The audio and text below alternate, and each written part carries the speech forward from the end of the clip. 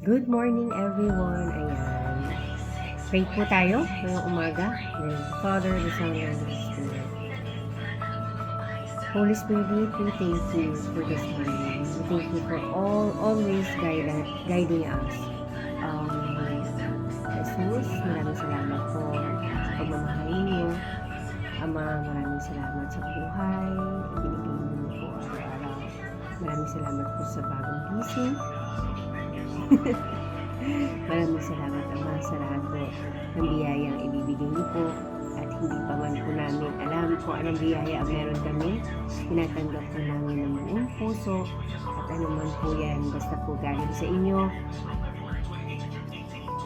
Bukas ang aming mga pusong tanggapin anuman po yan.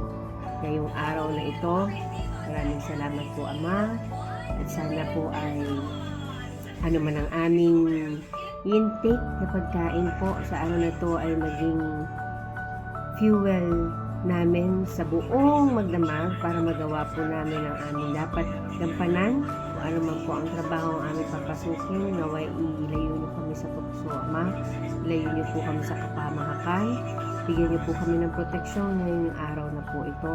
At sa mga magtatrabaho po, bigyan niyo po ng kalakasang hindi mauubusan, ganun po. Lord, we thank you for everything. We thank you for the life. We thank you po sa blessings. And we love you. I love you, Lord. Ayan.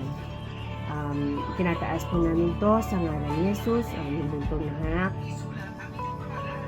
Ama, maraming salamat. Amen. In the Father, the Son, the Holy Spirit. Amen. Yun po. Good morning everyone. Ayan, God bless everyone. Gusto ko lang po magdasal at ibahagi ang ating dasal at sa lahat po ay pinagdadasal ko po. Lahat po tayo, mga kapatid.